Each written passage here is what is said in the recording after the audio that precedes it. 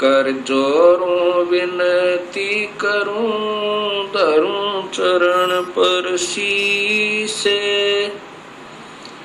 गुरु राम देवानंद जी महाराज ने दियो नाम बख्शीसे।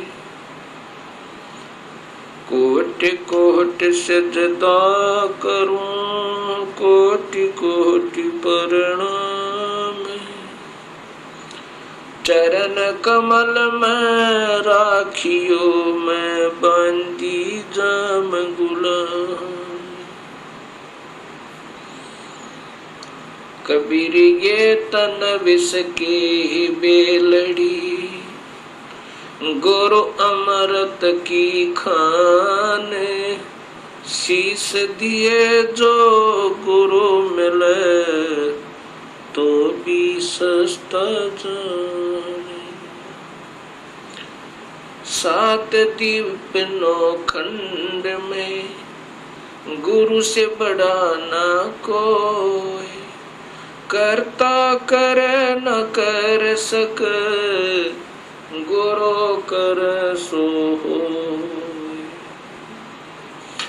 ग्रीव नमो नमो सतपुरुष को, नमस्कार गुरु कीन। सुर नर मुनि जन साधवा, संतों सर्वस दीन। सतगुरु साहिब संत सब, दंडवोतम प्रणामी। आगे पीछे मध्य हुए, तिनको जा कुर्बानी। निराकार निर्वेशम, काल जाल भयभंजनम। निर्लेपम निज निर्गुणम, अकल अनुप बेसुंधुनम। सोहम सुरत समापतम, सकल समाना नीरतले। उज्ज्वल हिरंबरे हरदमम, बेपरवाह था है वार पार नहीं मदतम। ग्रीब जो सुमर सिद्ध होई, गणनायक गलताना। करो अनुग्रह सोई, ही पारस पद परवाना। आद्य गणेश मनाऊं, गणनायक देवन देवा।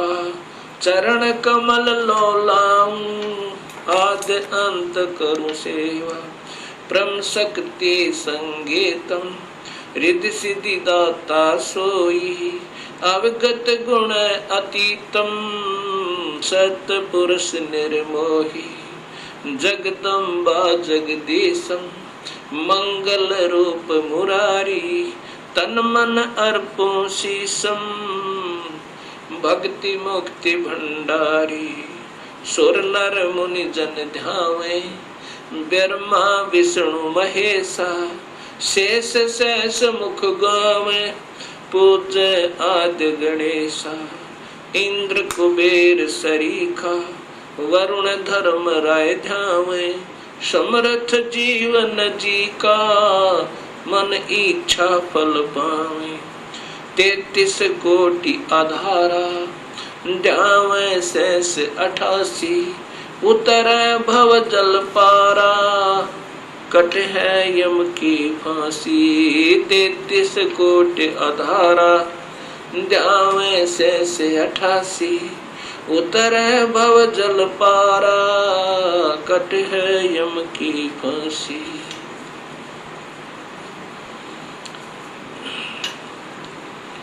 कबीर लूट सको तो लूटियो, राम नाम की लूटी। पीछे फिर पछताओगे, प्राण जहांगे छूटे। नहीं भरोसा देही का, विनस जावे छन माही। श्वास उसास में सुमरण करो, और यतन कछु नाही। कबीर श्वास श्वास में नाम जपो, व्यर्थ श्वास मत खो। ना जाने इस श्वास को, कारण हो कि न हो, राम रटत कोठी भलो, चू चू पड़े जो चामे, ये कंचन दे किस काम की, जा मुख नाही नाम।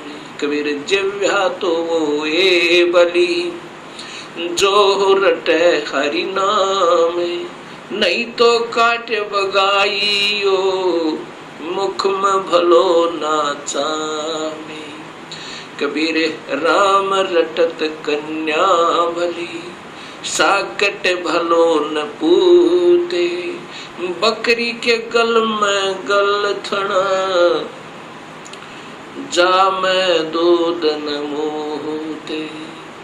कबीर राम रटत दारिद्र भलो, टूटी घर की छाने, वो सुंदर महल किस काम के, जहाँ भक्ति नहीं भगवान।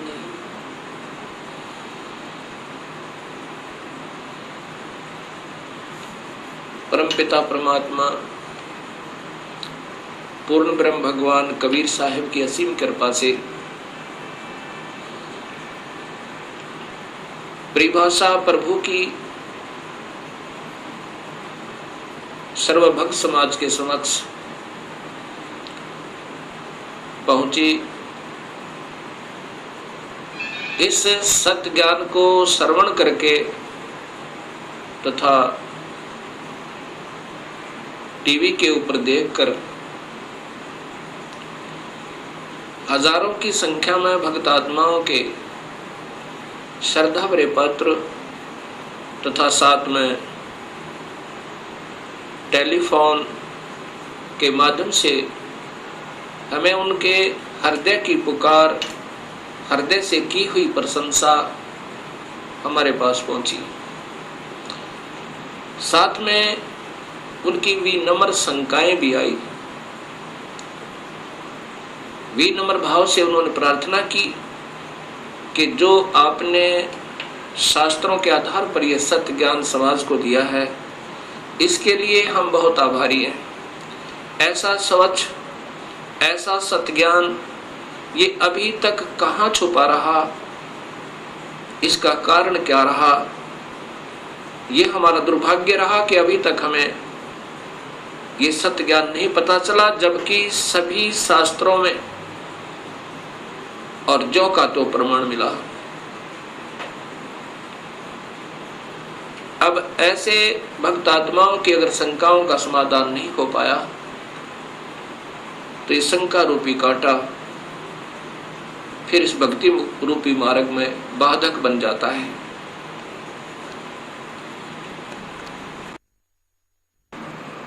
इसके लिए सर्वप्रथम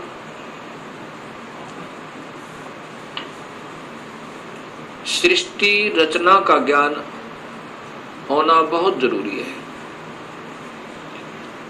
जब तक हम सृष्टि रचना को ढंग से नहीं समझ पाएंगे, तब तक हम इस सत्य ज्ञान को नहीं कैच कर सकते, नहीं पकड़ सकते, नहीं समझ सकते। सृष्टि रचना के बारे में अभी तक समाज को, भगत समाज को, अपना कोई समाज नहीं है, कोई धर्म नहीं है हमारा एक ही धर्म है, मानव धर्म, और जीव अपनी जाति है। ये सबसे पहले हमने याद रखना चाहिए। जीव हमारी जाति है, मानव धर्म हमारा, हिंदू मुस्लिम सिख ईसाई ये धर्म नहीं कोई न्यारा है। हम एक पिता की संतान है, हमारा एक ही बाप है, वो कुल मालिक पूर्ण परमात्मा। और पिछले इतिहास को अगर हम देखें, उसमें ना कोई हिंदू था, ना मुसलमान, ना सिख, ना ईसाई। आज हम कोई हिंदू बना हुआ है, इस मानव शरीर के समाप्त होने पर भक्तिहीन प्राणी अपने संस्कारवश कभी पशु बन जाएगा, कभी पक्षी बनेगा, कभी पानी के जलचर बन जाएंगे। जब हम पशु होंगे तो हमारी पशु जाति होगी, और जब हम पक्षी होंगे तो हम पक्षी जाति के प्राणी होंगे। और ये भी हो सकता है कि हमारा कोई पुण्य संस्कार बचा हुआ हो, पुनर्जन्म मानव का हो, तो हम, कोई हिंदू है वो मुसलमान के घर जन्म लेगा, क्योंकि हमारे पिछले संस्कार रले मिले हैं, अलग नहीं है। सिख धर्म लगभग 300 वर्ष पूर्व 10वें गुरु गोविंद सिंह जी के द्वारा ये निर्मित हुआ, इसका उत्थान हुआ। उससे पहले सब हिंदू थे। उनके पिछले नाम राजा राम, कृपा राम, रामचंद्र, चंद्रभान, इस प्रकार के हैं। 3-4 पीढ़ी से पूर्व के जितने पूर्वज हैं वो इन नामों पर हैं। ऐसे ही इससे पहले मुसलमान धर्म नहीं था। हजरत मोहम्मद जी ने एक विशेष पवित्र मार्ग बनाया था भक्ति का, लेकिन आने वाले समय में इसमें बहुत त्रुटियां बन गई। ऐसे ही पहले ईसा जी ने एक निर्मल भक्त समाज तैयार किया था, उससे पूर्व अब्राहिम जी ने, ऐसे ये आदम जी से पहले हिंदू धर्म था, और हिंदू से पहले केवल आर्य हुआ करते थे, कोई धर्म नहीं था। अब हमने ये विचार करना पड़ेगा कि हम दो नहीं हैं। जहां से भी भक्ति प्रारंभ होती है वो निर्मलता के आधार पर है। बीड़ी, शराब, मांस, तमाकू उसमें कभी प्रयोग नहीं होता, और केवल एक प्रभु की ही साधना प्रारंभ होती है। आने वाले समय में उसमें त्रुटियां आ जाती हैं।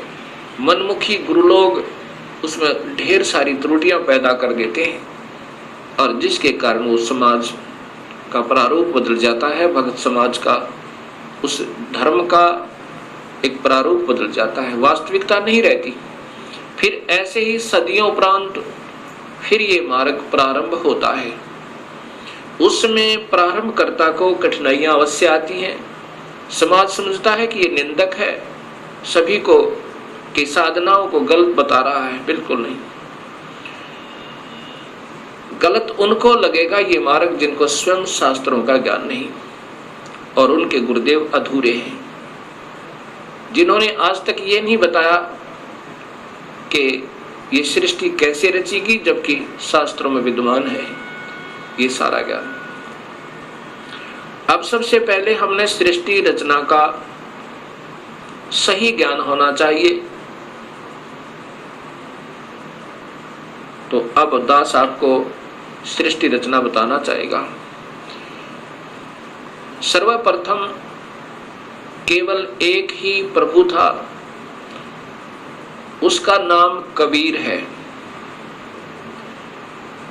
वास्तविक नाम उस परमात्मा का कबीर है। वो अनामी लोक में, अकय लोक में रहता था, और वहीं पर हम सब जीव उसी परमेश्वर कबीर में समाये हुए थे। उसके बाद उस परमात्मा ने स्वयं प्रकट होकर, अर्थात अपने उस अनामी लोक में स्वयं ही 3 नीचे के लोकों की ओर रचना की। अलख लोक, अगम लोक, फिर अलख लोक, और नीचे का सतलोक। फिर सतलोक में आकर के उस परमेश्वर ने अन्य रचना की। सर्वप्रथम एक शब्द से 16 द्वीपों की रचना की। उसके बाद 16 शब्द फिर उच्चारण किए, उनसे अपने 16 पुत्रों का निर्माण किया, उनकी शब्द से उत्पत्ति की, वचन से। और उनको उन 16 द्वीपों में रहने की आज्ञा दी। उनमें से एक पुत्र अचिंत को उस सतपुरुष ने, क्योंकि सतलोक में उपमात्मक नाम उसी कबीर परमेश्वर का सतपुरुष, नि अक्षर पुरुष, परम अक्षर पुरुष, शब्द स्वरूपी राम, अकाल मूर्त, पूर्ण ब्रह्म, ये उनके उपमात्मक नाम हैं और वास्तविक नाम उस परमेश्वर का कबीर है।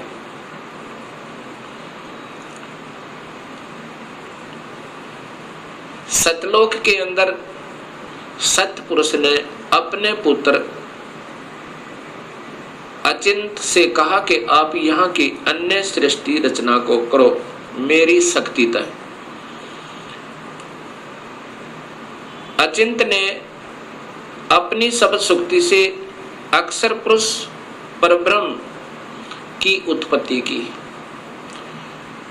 और उससे कहा कि मेरा सहयोग दो यहाँ सतलोक में अन्य सृष्टि रचना करने का। अक्षर पुरुष अर्थात ये परब्रह्म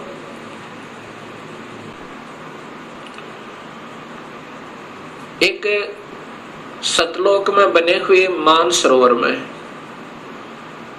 उसके अंदर अमृत जल है। सतलोक के अंदर जल अमृत है।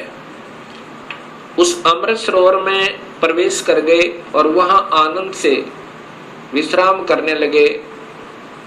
अक्षर पुरुष को निद्रा आ गई।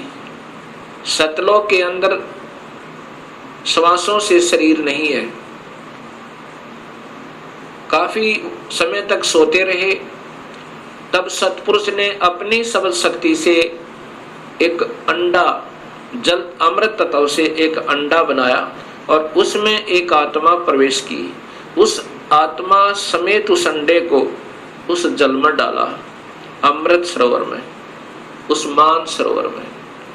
वो अंडा गड़गड़ गड़गड़ करता हुआ नीचे जा रहा है तो अक्षर पुरुष अर्थात इस पार ब्रह्म की निद्रा भंग हुई। जब ही कोई अधूरी निद्रा से जागता है उसके अंदर कुछ कोप होता है।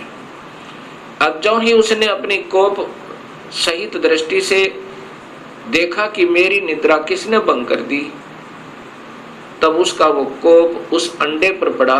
अंडा दो भाग हो गया। उसमें से ये ब्रह्म निकला, क्षर पुरुष। ब्रह्म अर्थात क्षर पुरुष, इसी को ज्योत स्वरूपी निरंजन, वास्तव में इसका नाम कैल है, कैल।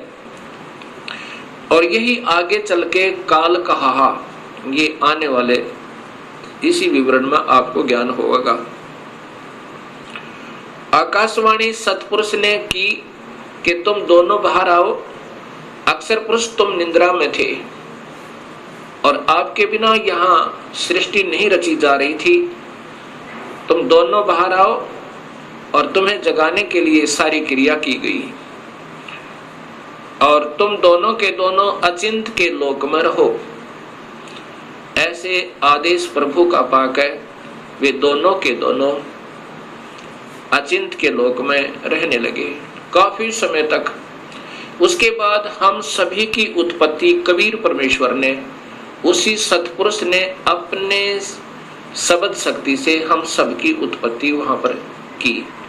कुछ दिनों के बाद इस क्षर पुरुष के अर्थात ब्रह्म के मन में एक खरपतवार उपजा। इसके मन में ये आया कि मैं अपना अलग से राज्य बनाऊं। मेरे अन्य भाई सब एक एक द्वीप में रहते हैं और हम दो यानी अचिंत और ब्रह्म और साथ में ये अक्षर पुरुष पर ब्रह्म भी, हम एक ही द्वीप में रह रहे हैं। मैं अपना अलग राज्य चाहूंगा। इस उद्देश्य से ब्रह्म ने, क्षर पुरुष ने, ज्योत स्वरूपी निरंजन ने 70 युग तक अलग से एक पैर पर खड़ा होकर तपस्या की।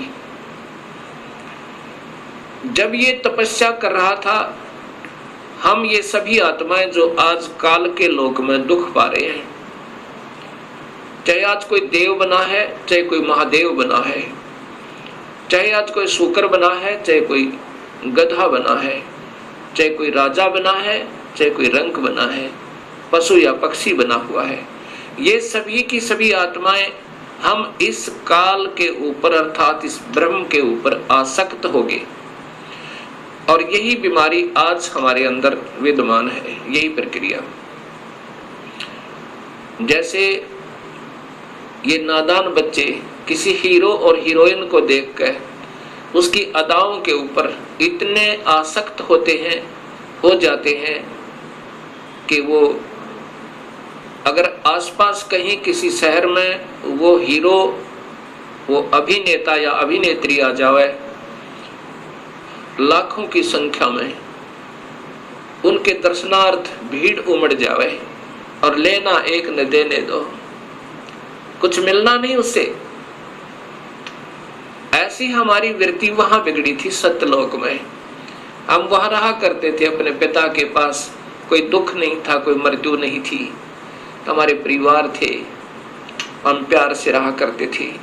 लेकिन वहां हम अपने पति भर्ता पद से गिर गए, अपने मूल मालिक उस पूर्ण ब्रह्म जो सर्व सुखदायी सदा सहाय आत्मा का आधार वास्तव में भगवान है, जो जीव को दुखी नहीं करता, जन्म मरण के कष्ट में नहीं डालता, कुत्ते और गधे नहीं बनाता, उसको छोड़कर और हम इस काल यानी ब्रह्म के ऊपर आसक्त होगी।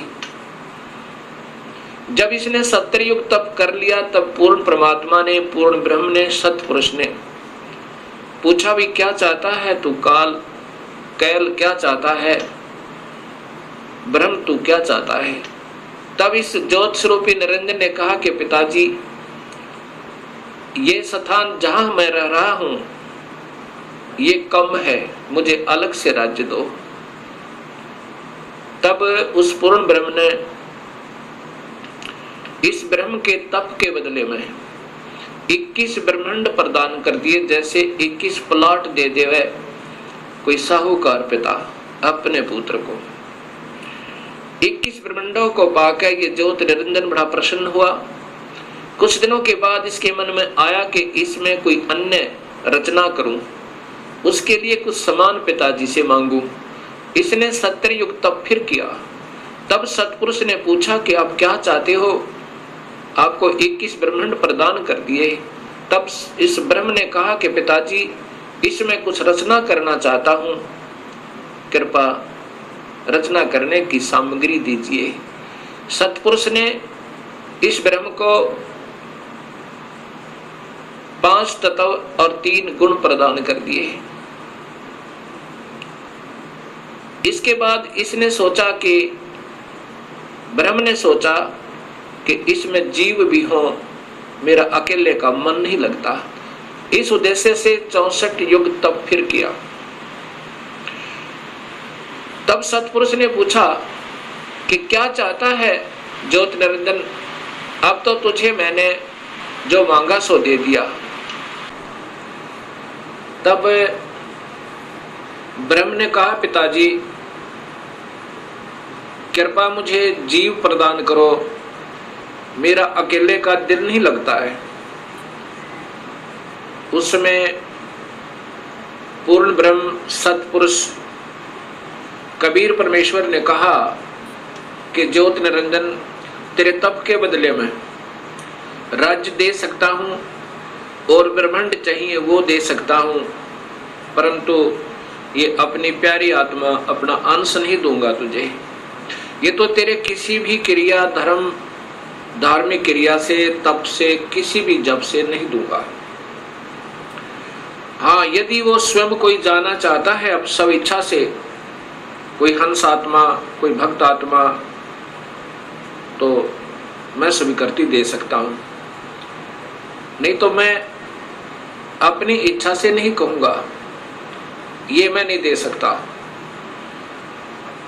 इस बात को सुनकर ये ब्रह्मक्षर पुरुष ज्योत स्वरूपी निरंजन अर्थात जो भविष्य में फिर काल कहलाया, हमारे पास आया। आज हम जितने भी ये दुखी आत्मा इस काल के 21 ब्रह्मांड में पीड़ित हैं, हमारे पास ये ब्रह्म आया और हमसे कहा कि मैं वहाँ अलग से ब्रह्मांड लिए हैं मेरे पिताजी से अपने तप के बदले में। वहाँ ऐसे स्वर्ग बनाऊंगा, महास्वर्ग बनाऊंगा और ऐसे दूधों की नदी बहाऊंगा, झरने बनाऊंगा। क्या आप मेरे साथ चलना चाहते हो? तब हम सभी ने जो यहाँ काल के 21 ब्रह्मांडों में पीड़ित हैं, कहा कि यदि पिताजी हमें आज्ञा दें तो हम चलने को तैयार हैं। इस बात को सुनकर ज्योत स्वरूपी निरंजन कबीर परमात्मा के पास आया और उससे कहा कि पिताजी, कुछ आत्माएं हमारे साथ चलने को तैयार हैं। सतपुरुष से कहा इस काल ने, ब्रह्म ने, कि पिताजी कुछ आत्माएं मेरे साथ चलने को तैयार हैं, उन्होंने सहमति दी है। तब पूर्ण परमात्मा सतपुरुष अर्थात कबीर देव ने, कबीर साहिब ने कहा कि यदि वो मेरे सामने स्वीकृति देंगी, जितनी भी आत्माएं हैं जो तेरे साथ जाना चाहते हैं, तो मैं उनको आज्ञा दे दूंगा।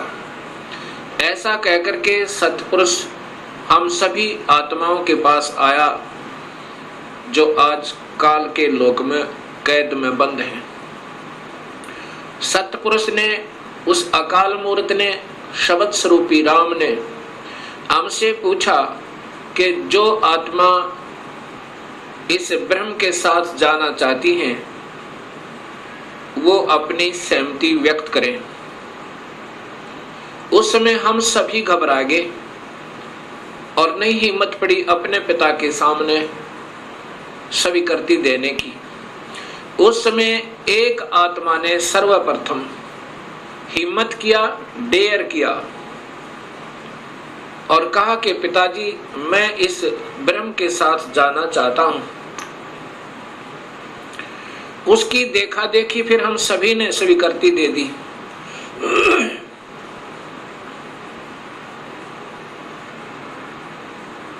और जितनी भी आत्माएं उस समय स्वीकृति दी थी, सभी कबीर साहिब ने उनके नंबर नोट किए और जिसने सर्वप्रथम सहमति दी थी उस आत्मा का भी नंबर नोट किया और ब्रह्म से कहा कि ब्रह्म आप जाओ अपने लोक में, अब इन सभी आत्माओं को मैं विधिवत तेरे लोक में भेजूंगा।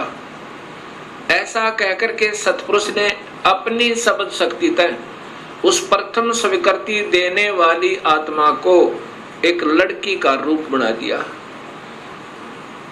और उसके अंदर एक शब्द शक्ति दे दी और हम सभी जीवात्माओं को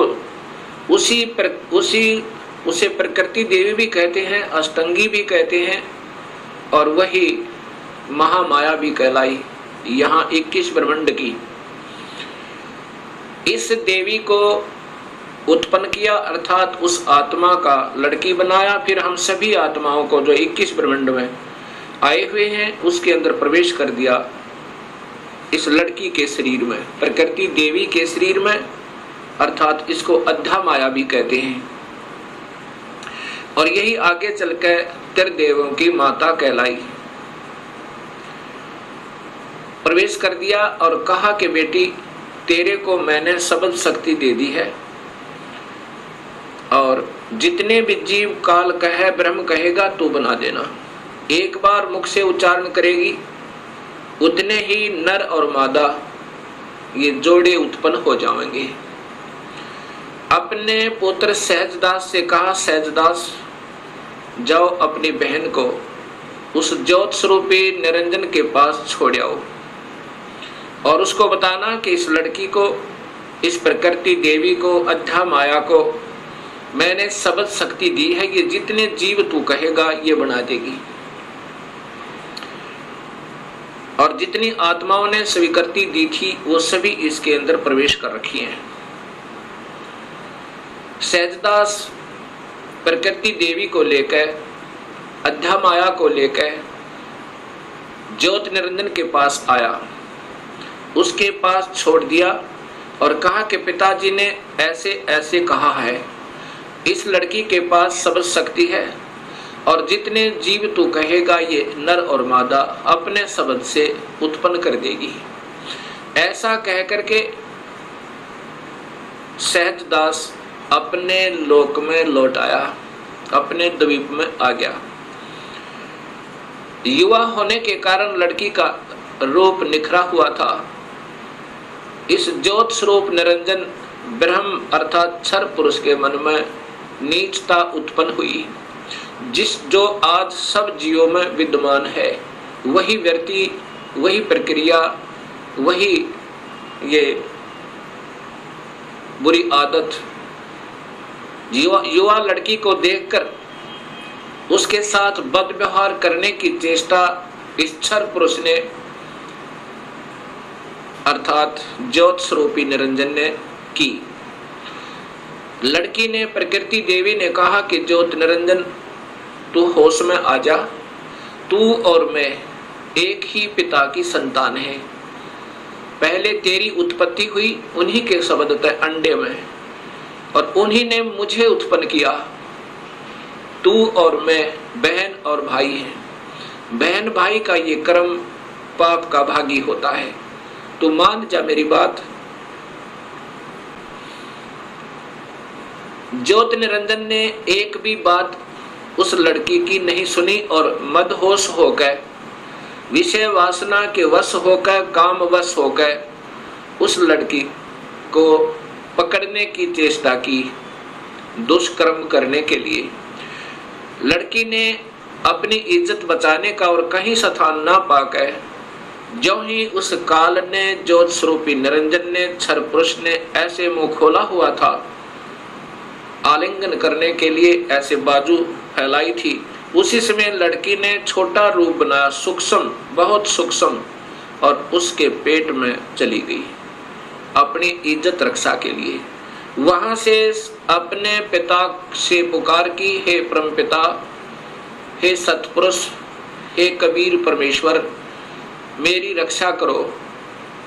इस प्रकार मैं काल से अपनी इज्जत रक्षा के लिए, इस ब्रह्म से अपनी इज्जत रक्षा के लिए इसके पेट में प्रवेश हूं और मुझे आकर मेरी रक्षा करो, मुझे बचाओ इससे। उसी समय कबीर परमेश्वर ने अपना ही दूसरा रूप अपने पुत्र योग संतायन अर्थात योग जीत, उसे जोग जीत भी कहते हैं, योग जीत का रूप बनाकर काल के 21 ब्रह्मांडों में प्रकट हुए और कहा कि ज्योत स्वरूपी निरंजन, तूने जुल्म कर दिया, आपने ये ऐसा जुल्म कर दिया, ऐसे कर्म करने वाले पाप आत्मा को इस सच्चे लोक में ये श्राप, ये कर्म, ये पाप लगता है कि 1 लाख जीवों का, मनुष्य शरीरधारी जीवों का रोज आहार करेगा और 1.25 लाख की उत्पत्ति करेगा। पिताजी ने आदेश दिया है मुझे कि आप यहाँ से निकल जाइए अपने 21 ब्रह्मांड को लेकर, और लड़की को उसके पेट से निकाल दिया, प्रकृति देवी को इस ब्रह्म के पेट से निकाल दिया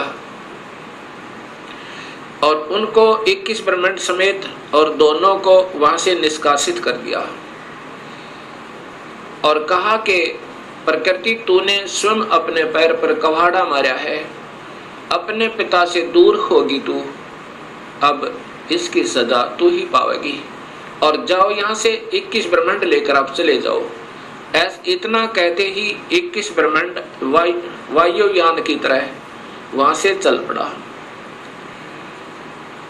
और वहां से सतलोक से 16 शंख कोश की दूरी पर नील पद्म शंख यानी 16 मिलियन 16 शंख कोस की दूरी पर ये 21 ब्रह्मांड आकर के स्थिर कर दिए कबीर परमेश्वर ने अपनी शक्ति तय। अब इस ज्योत स्वरूपी निरंजन के मन में फिर यही नीचता फिर उठी और कहा कि अब मेरा कौन क्या बिगाड़ सकता है, अब मैं मनमाना करूंगा। उस लड़की ने, प्रकृति देवी ने फिर प्रार्थना की कि ज्योत निरंजन अब भी तू मान जा। पहले तो आप और मैं एक ही पिता की संतान हैं, और दूसरे मैं तेरे पेट से होकर आई हूं। ये कर्म, अब मैं तेरी बेटी बन गई। प्रथम तो बहन और भाई का ये पाप कर्म महापाप का कारण है, और दूसरे मैं तेरी बेटी हुई, आपके पेट तक होकर आई, और बाप बेटी का ये जुल्म अच्छा नहीं। मान जा मेरी बात, मेरे पास सब शक्ति है पिताजी की दी हुई, और जितने जीव तू कहेगा मैं बना दूंगी।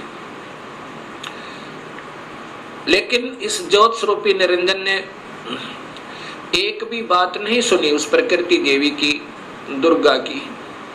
जबरदस्ती शादी की, और एक ब्रह्मांड में एक ऐसा स्थान बना रखा है इस काल भगवान ने, ब्रह्म भगवान ने।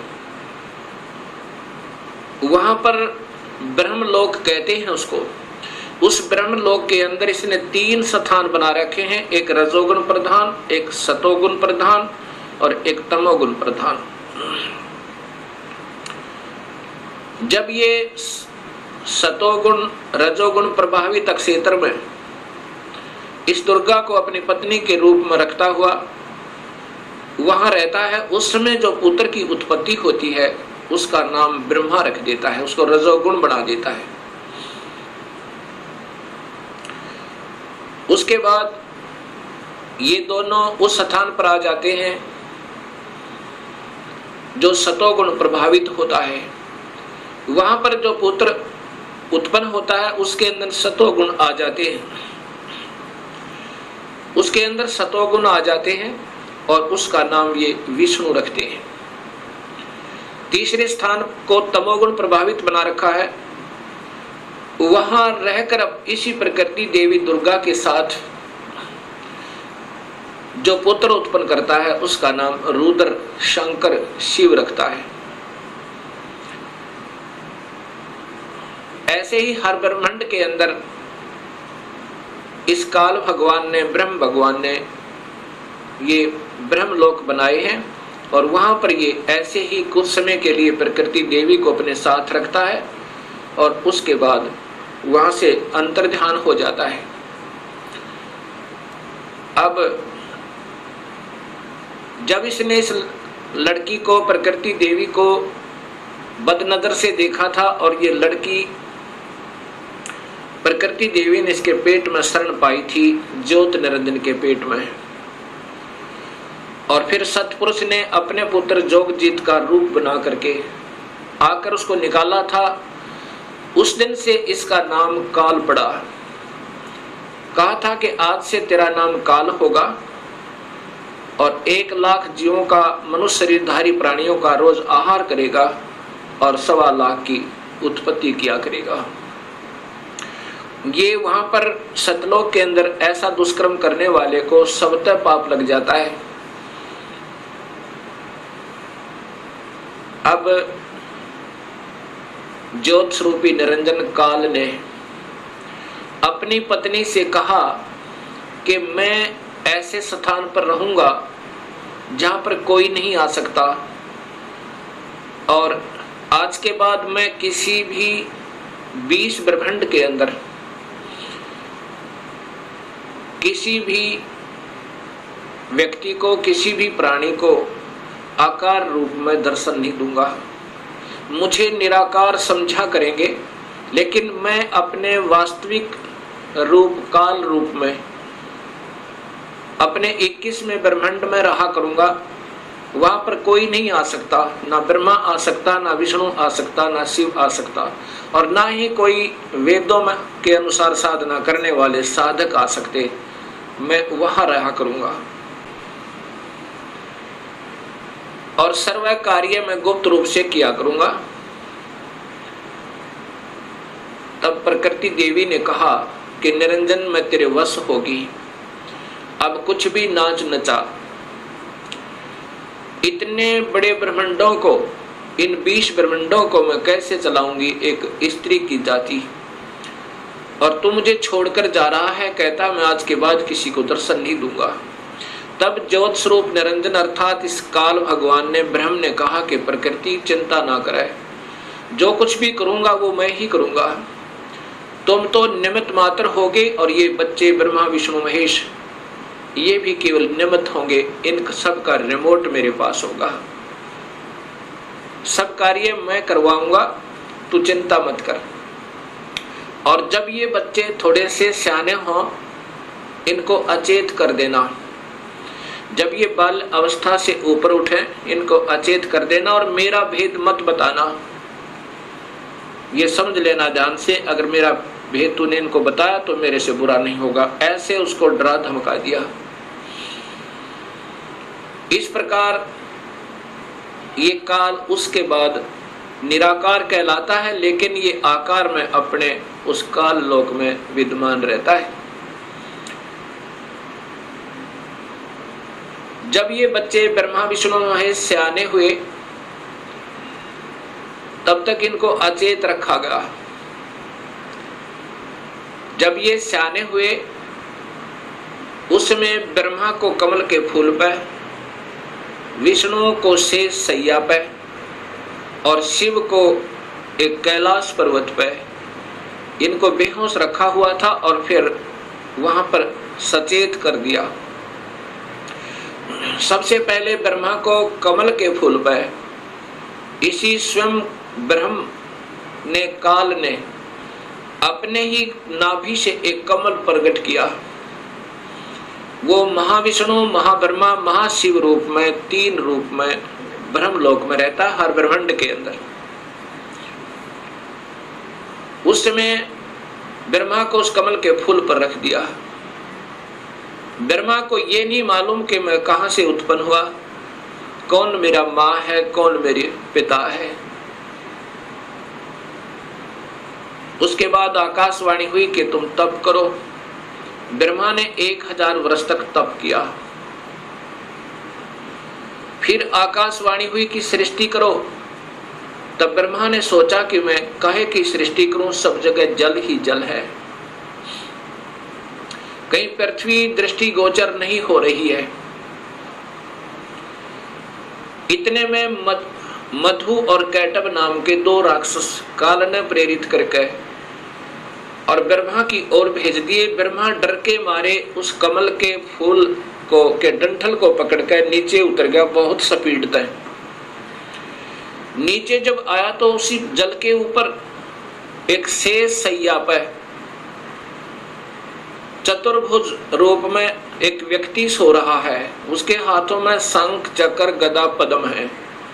जब ब्रह्मा वहां पहुंचा उसी समय वो विष्णु जी थे जो त्रिलोकीय विष्णु जी थे। उनमें से एक शक्ति निकली, वो आकाश में छा गई। उस समय ये ब्रह्मा विष्णु जी होश में आए। इतने में मधु और कैटब भी पहुंच गए।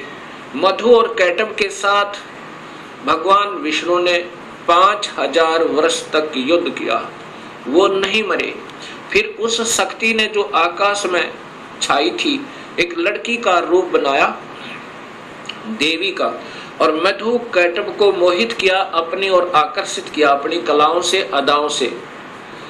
जब मधु और कैटब उस लड़की की तरफ देखने लगे तो विष्णु जी ने पीछे से उनकी गर्दन पकड़कर दोनों को मार डाला। अर्थात 5000 वर्ष तक भगवान विष्णु से 2 राक्षस नहीं मरे। वो भी तब मरे जब उस माता ने सहयोग दिया, उनको अट्रैक्ट कर लिया, आसक्त कर लिया। इससे 2 बातें सिद्ध होती हैं कि ये समर्थ नहीं है। जब 5000 वर्ष तक 2 राक्षस नहीं मर पाए भगवान विष्णु से, तब ब्रह्मा जी और विष्णु 2 थे। इतने में रुद्र अर्थात ये शिव भी वहीं प्रकट हो गया। ब्रह्मा जी देवी भागवत महापुराण में बताता है कि मैं फिर हम 3 हो गए। ब्रह्मा, विष्णु और शिव। तब देवी ने कहा कि तुम तीनों देवता अपने अपने कार्य को ध्यान से सुनो और उस पर संलग्न हो जाओ। ब्रह्मा जीवों की उत्पत्ति करवावे, उनको रजोगुण प्रभावित करके, ये केवल इतने ही ब्रह्मा हैं। और विष्णु फिर इनके आपस में सतिथि बनाए रखे, मोह ममता में फंसाए रखे, ये विष्णु जी की ड्यूटी है। और शिव की ड्यूटी है कि ये संहार करे। तब इन तीनों ने कहा कि हे माई, हे देवी, कहीं पर पृथ्वी नजर नहीं आ रही है और पृथ्वी के बिना प्राणियों की सृष्टि, स्थिति और संहार असंभव है। तब वो देवी मुस्काई और कहा कि तुम, इतने में एक विमान आया और कहा कि तुम तीनों के तीनों इस विमान में बैठो और चिंता मत करना, घबराइयो मत। उस समय ये तीनों के तीनों ब्रह्मा, विष्णु, महेश विमान में प्रवेश कर गए। विमान मन की गति से चला, बहुत तीव्र गति था। कहाँ पहुंचा? ब्रह्मलोक में पहुंचा, जहां पर ये काल भगवान 3 रूपों में रहता है, जहां इनकी उत्पत्ति की जाती है, ब्रह्मा, विष्णु, महेश की।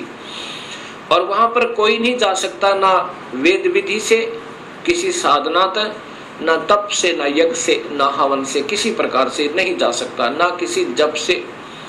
वहां पर तो ये अपनी कृपा से ही ले जा सकता है, ये काल भगवान सोचल सिद्ध करके। वहां जाकर के इन्होंने क्या देखा?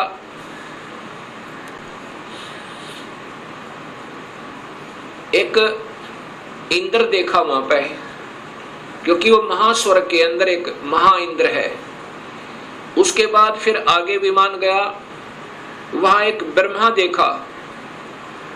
जब दूसरा ब्रह्मा देखा तो शिव और विष्णु ब्रह्मा जी से पूछने लगे कि हे चतुरानन, ये दूसरा ब्रह्मा कौन है? तब ब्रह्मा जी ने कहा, मुझे नहीं मालूम ये कौन है। उसके बाद विमान आगे चला। फिर क्या देखा कि एक त्रिनेत्रधारी भगवान शिव दूसरा देखा, जो नंदी वृषभ पर सवार थे, हाथ में त्रिशूल लिए हुए थे। उसके बाद इनका विमान आगे चला। वहां पर क्या देखा कि एक विष्णु और थे, और वहां बहुत सुंदर विशाल लक्ष्मी का एक भवन था, उसमें बहुत ऐश्वर्य के साधन उपलब्ध थे। उसके बाद विमान आगे पहुंचा। कहां गया? एक माई बैठी थी, जिसके शरीर में जैसे हजारों बिजलियां चमक रही हो, इतना तेज था, इतना नूर था, और वो प्रकृति देवी थी। ये ब्रह्मा, विष्णु, महेश की माँ थी, माँ है जो इन्होंने देखी। विमान वहां रुका। देवी एक विशाल भवन के अंदर विराजमान थी। तब उसने कहा कि तुम तीनों के तीनों जहाज से नीचे उतरो। हम नीचे उतरे। ब्रह्मा, विष्णु, महेश, ब्रह्मा बता रहा है देवी भागवत महापुराण में। नीचे उतरे, तब विष्णु जी ने ध्यान से देखा और कहा कि ये तो अपनी माँ है। इस माई के दर्शन मैंने किए थे जब मैं बालक था, छोटा सा था। जब मैं बालक था, छोटा सा था, तब मैंने इस माई के दर्शन किए थे। इससे सब सिद्ध है कि इनका जन्म है और ये तीनों की मां है। तब ब्रह्मा, विष्णु और शिव ने तीनों ने स्वीकार कर लिया कि ये ही अपनी जननी है। तब शिव जी कहते हैं, हे माता, जब आप ब्रह्मा को उत्पन्न करने वाली आप हैं, विष्णु भी जब आपके बालक हैं, तो ये तीसरा भी आप ही का बच्चा है। आप ही हमें गुप्त भेद नहीं बता रहे थे, अब हमने आप ही की कृपा से ज्ञान हुआ। अब इसका प्रमाण आपको सबसे पहले देवी भागवत महापुराण में देता हूं। पहले आपको देवी भागवत महापुराण से प्रथम शिव पुराण को दिखाता हूं, उसके बाद फिर आपको देवी भागवत महापुराण दिखाऊंगा। और ये शास्त्र पहले से उपलब्ध थे, कोई आज नहीं बनाए इस दास ने क्योंकि जितने हमारे अभी तक शास्त्र विद रहे वो अल्पज्ञ थे, अधूरे ज्ञान युक्त थे, वो उनको इस सत्य मार्ग का पता नहीं था। इसलिए हमारे सभी पूर्वजों को भूत बना दिया गीता विरुद्ध साधना करवा के, और पितर बनवा दिया गीता विरुद्ध साधना करवा के। गीता में लिखा है कि देवी देवताओं की पूजा मत करो, ब्रह्मा विष्णु महेश की पूजा तक भी नहीं करनी है, तीनों गुणों की भक्ति नहीं करनी है। केवल ब्रह्म से प्रारंभ होती है भक्ति, और पूजा करनी है केवल पूर्ण ब्रह्म की। अब मैं आपको देवी भागवत, पहले आपको शिव महापुराण दिखाता हूं।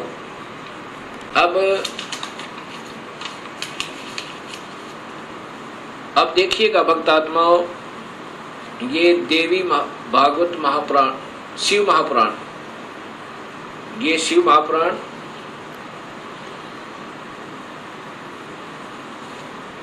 इसके अंदर आपको पता चलेगा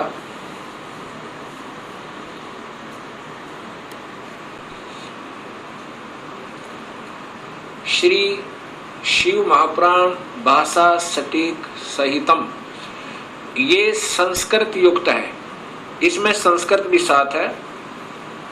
और ये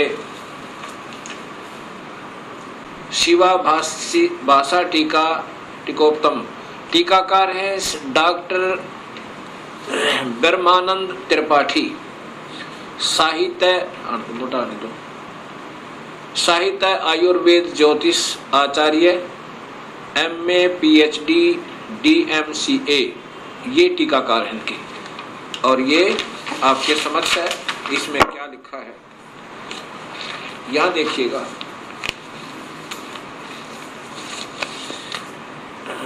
यहां से पढ़िएगा, ये संस्कृत है और ये हिंदी आपको दिखाना चाहूंगा। प्रलय काल में, इधर से रो, पीछे लाओ।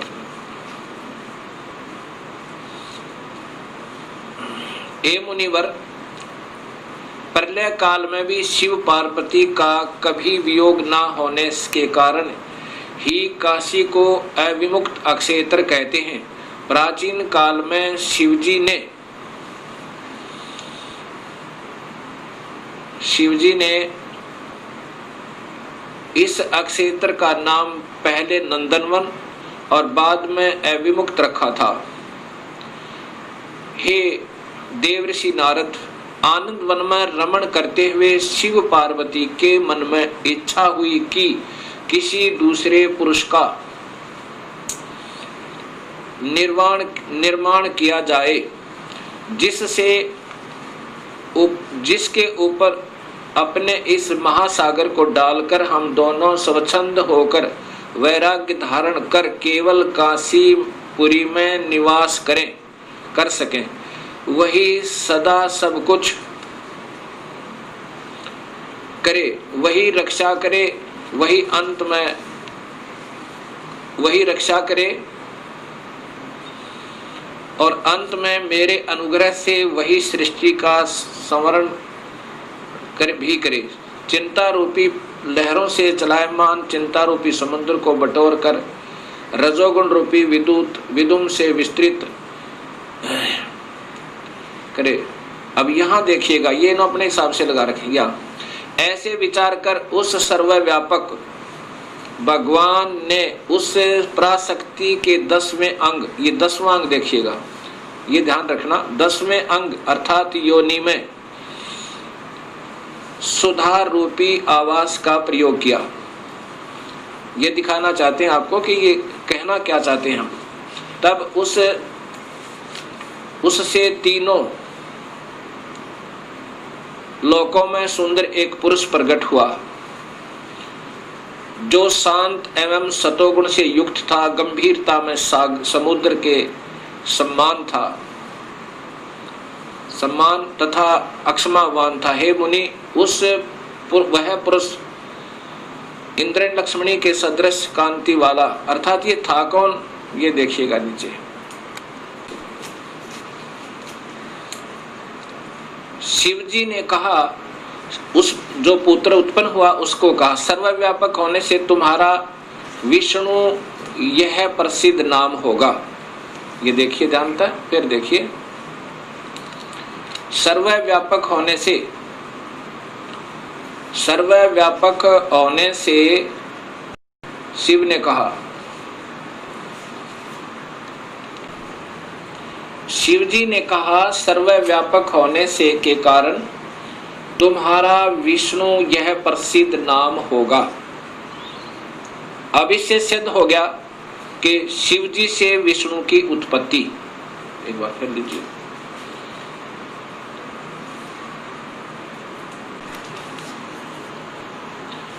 अभी आपने ये शिव महापुराण में छठे अध्याय को देखा, छठे अध्याय में कि भगवान शिव से और पार्वती के संयोगता है।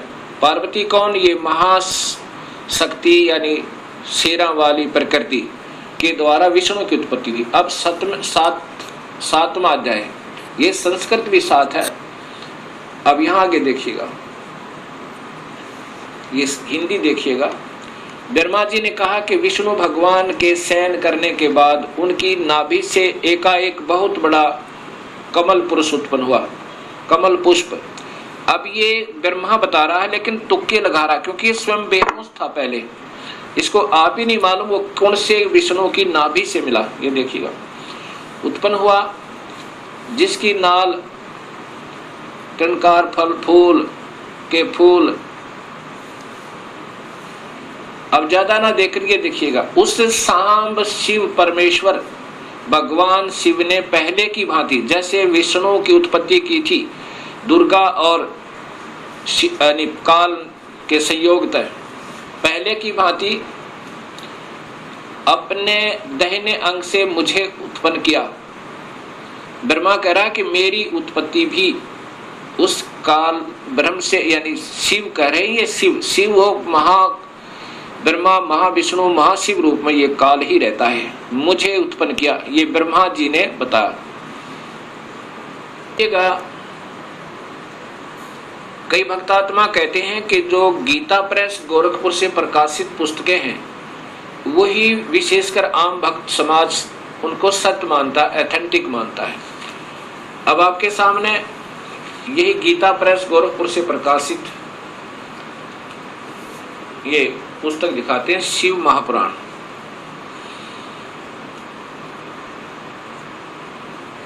संक्षिप्त शिव महापुराण, और ये नीचे गीता प्रेस गोरखपुर से, और इसके छठे अध्याय में फिर यही प्रमाण है।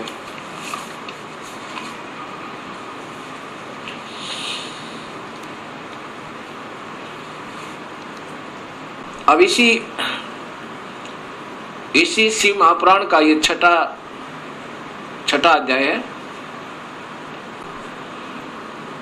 ये शिव महापुराण अध्याय नंबर 6, उसके बीच से सुना रहा हूं, आप इसको खरीद कर देख भी सकते हो।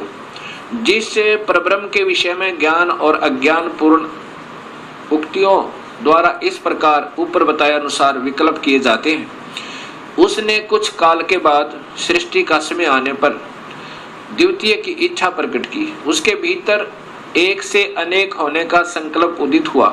तब उस निराकार परमात्मा ने अपनी लीला शक्ति से अपने लिए मूर्ति आकार की कल्पना की।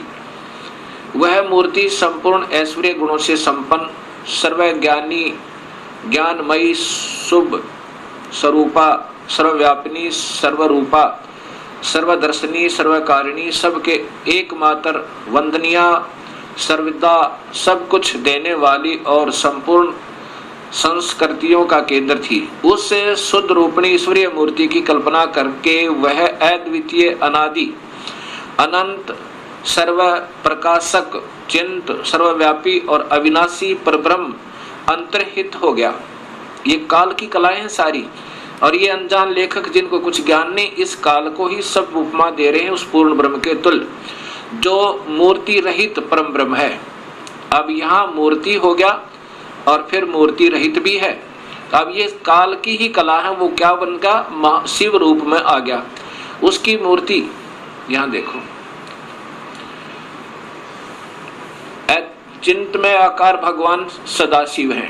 ये काल ही निराकार है और यही फिर महाशिव, महाविष्णु और महाब्रह्मा के रूप में ये सब कलाएं करता है। अर्वाचीन और प्राचीन विद्वान इसी को ईश्वर कहते हैं। जितना जिनको ज्ञान है इस काल को ही ये ईश्वर कहते। उस समय एकाकी रहकर स्वेच्छानुसार विहार करने वाले उन सदाशिव ने अपने विग्रह से स्वयं ही एक स्वरूप भूता शक्ति की सृष्टि की, अर्थात वह देवी इसी के शरीर से निकली, वो निकाली थी पूर्ण परमात्मा ने, जो इसके पेट में शरण ले ली थी, कि जो उनके अपने श्री अंग से कभी अलग होने वाली नहीं थी। उस पराशक्ति को प्रधान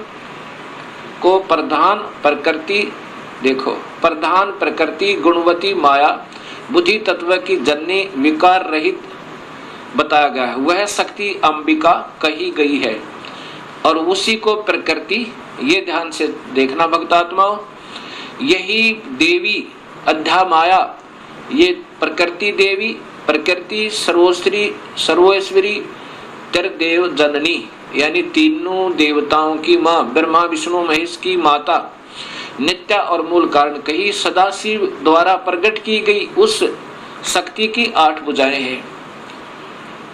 अब ये शब्द ही स्पष्ट हो गया कि यही प्रकृति देवी ब्रह्मा विष्णु महेश की माता है। और इसी में फिर आगे आता है कि ब्रह्मा और विष्णु की उत्पत्ति शिव से हुई। ये महाशिव काल है।